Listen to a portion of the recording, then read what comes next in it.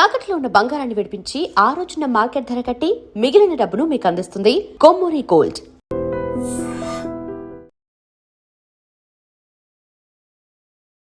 నమస్తే సార్. నమస్తే.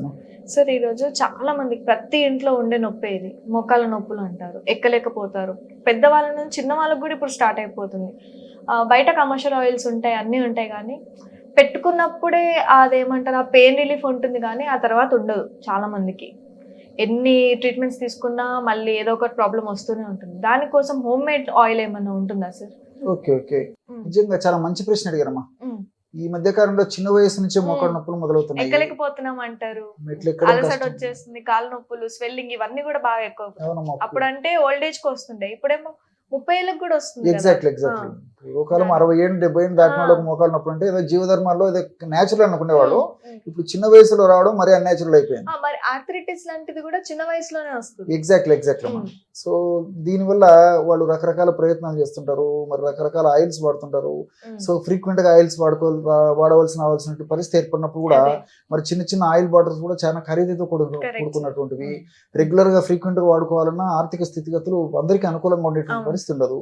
సో ఇంట్లో ఫర్ ఎగ్జాంపుల్ 3-4 కుటుంబ సభ్యులు ఉంటే ఇంచుమించు ఎవరికొరికి ఈ మోకాళ్ళ నొప్పులు కానీ ఇలాంటి ప్రాబ్లమ్స్ ఉంటాయి అన్నమాట. ఎగ్జాక్ట్లీ ఉంటున్నాయి. సో అందరికి ఉపయోగపడే ఒక ఆయిల్ చెప్తాను చూడండి. నేను సింపుల్ రెమెడీ, మీరు చాలా ఆశ్చర్యపోతారు. మార్కెట్ లో దొరికేటువంటి ఈ యొక్క పెయిన్ రిలీవర్ ఆయిల్ కి ఏమాత్రం తీసుకున్నటువంటి రీతిలో చాలా ఫాస్ట్ గా సమర్థవంతంగా వెంటనే రిజల్ట్ ఇస్తుంది. అంత గన్ షాట్ రెమెడీ. వెంటనే రిజల్ట్ వచ్చేదానికి మనకు ఈ ఆయిల్ ఉంటే చాలు అనమాట, అంత అద్భుతంగా పనిచేస్తుంది. సో ఇందులో కలిసే పదార్థాలు కూడా అన్ని మనకు తెలిసినటువంటివి. ఔషధం తయారు చేసుకోవడం సులువు, వాడుకోవడం సులువు, దాని రిజల్ట్స్ కూడా చాలా ఈజీగా వస్తాయి. అది ఇప్పుడు ఈ ఫార్ములా యొక్క ఈ ఆయిల్ యొక్క ప్రత్యేకత. ఎలాగంటే ఒక పాత్రలో ఒక 250 ml నువ్వు నూనె తీసుకోవాలి. 250 ml నువ్వుల నూనె తీసుకొని పొయ్యి మీద పెట్టేసేసి వేడి చేయాలి. సో బాగా వేడెక్కాక పొగలు రావడం మొదలైనప్పుడు అందులో 25 grams శొంఠి పొడి మనకు మార్కెట్లో దొరుకుతుంది. అట్లే 25 grams వామును వేయించి చేసి పెట్టుకున్నటువంటి పొడి కూడా వేసేయాలి. సో వేసేసి వెంటనే పాత్రను కిందికి దించేయాలి. వద్దండి, ఎందుకంటే దీని ఉన్నటువంటి ఔషధ విలువ పోతాయి. కాబట్టి పొగ రావడం మొదలైనప్పుడు శొంఠి పొడి వాము పొడి వేసేసి దాన్ని మళ్ళీ కిందికి దించేసి, అర్థమవుతుంది కదండి.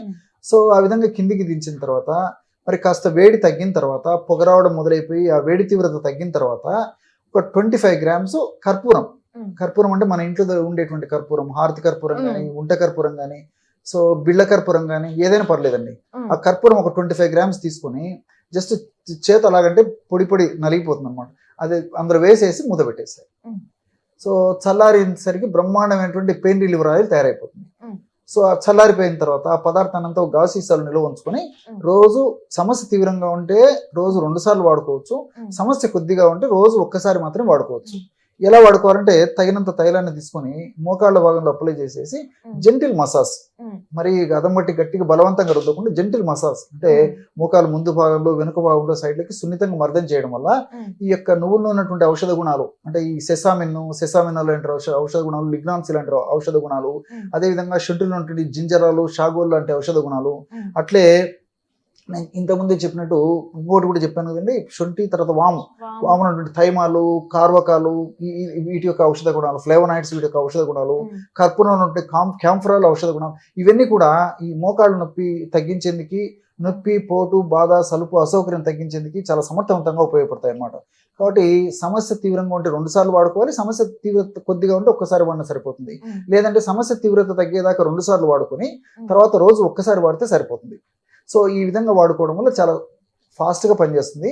ఇక్కడ ఇంకోటి ఆలోచన చేయాల్సింది ఏంటంటే, మోకాళ్ళ భాగంలో నొప్పి అనేటువంటి పరిస్థితి ఎదురైందంటే ఇన్ఫ్లమేషన్ అనే ప్రక్రియ జరుగుతూ ఉంటుంది. ఇన్ఫ్లమేషన్ అనే ప్రక్రియ జరిగేటప్పుడు ఆ ప్రక్రియలో భాగంగా హానికారకమైన రసాయన పదార్థాలు మోకాళ్ళ భాగంలో ఉత్పత్తి అవుతుంటాయి. IL-2, IL-6, ఇంటర్ల్యూకిన్స్, ప్రోస్టాగ్లాండిన్స్ ఇలాంటి పదార్థాలు ఉత్పత్తి అవుతుంటాయి. ఈ ఆయిల్ మనం అప్లై చేయడం వల్ల ఆ పదార్థాల ఉత్పత్తి తగ్గిపోవడమే కాకుండా ఆ పదార్థాలు కలగజేసేటువంటి చెడు అంటే ఈ నొప్పి, పోటు ఇవన్నీ కూడా తగ్గించేందుకు ఈ రసాయన పదార్థాలని ఉపయోగపడతాయి అన్నమాట. కాబట్టి మల్టిపుల్ బెనిఫిట్స్ దీనివల్ల ఉంటాయండి. అంటే ఇది ఏ ఏజ్ వాళ్ళైనా పెట్టుకోవచ్చు, వయస్సు నిమిత్తం లేకుండా అందరూ, వయస్సు నిమిత్తం లేకుండా, స్త్రీ పురుష తారతమ్యం లేకుండా అందరూ వాడుకోవచ్చు. ఇప్పుడు ఆర్థరైటిస్ కూడా ఉంటుంది సార్, ఆర్థరైటిస్ కి పని చేస్తుందా? చాలా మంచి ప్రశ్న అడిగారండి.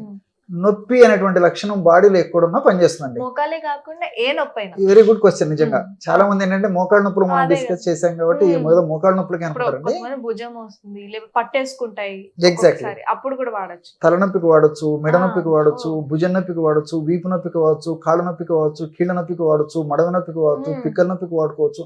సో నొప్పి అనేటువంటి లక్షణం మనకి ఎక్కడ కనిపించినా మనకు ఆ డాక్టర్ గుర్తు రావాలి. అంటే ఈ ఆయిల్ ఒక డాక్టర్ తో సమానం అన్నమాట.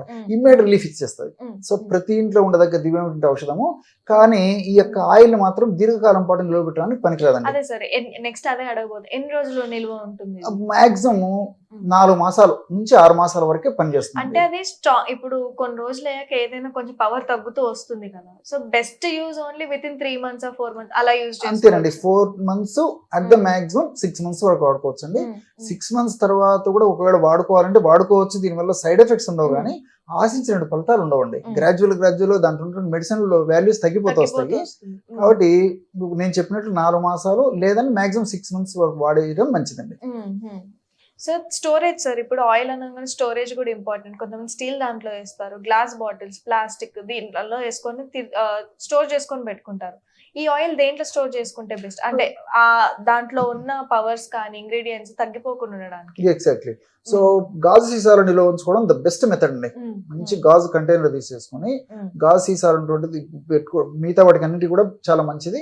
అది ఒకటి. ఇంకోటి ఏంటంటే ఎటువంటి పరిస్థితుల్లో మరి ఈ విధంగా తయారు చేసుకున్న ఆయిల్ ను ఫ్రిడ్జ్ లో పెట్టుకోవడం కానీ, లేకపోతే చల్లటి వీటిలో పెట్టడం అలా చేయకుండా గది ఉష్ణోగ్రత ఉన్నటువంటి టెంపరేచర్ లో పెట్టాలి.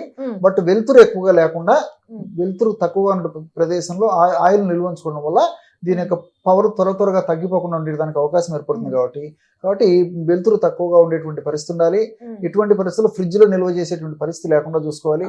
కాబట్టి అందరూ వాడుకోదగ్గ దివ్యమైనటువంటి ఔషధం, కానీ ఫ్రెష్ గా తయారు చేసుకుని వాడుకోవాలండి. అది బెస్ట్ అంటారు. ఇప్పుడు నొప్పులతో పాటు చాలా మంది అంటారు ఎక్సర్సైజ్ కూడా చేయాలి అంటారు.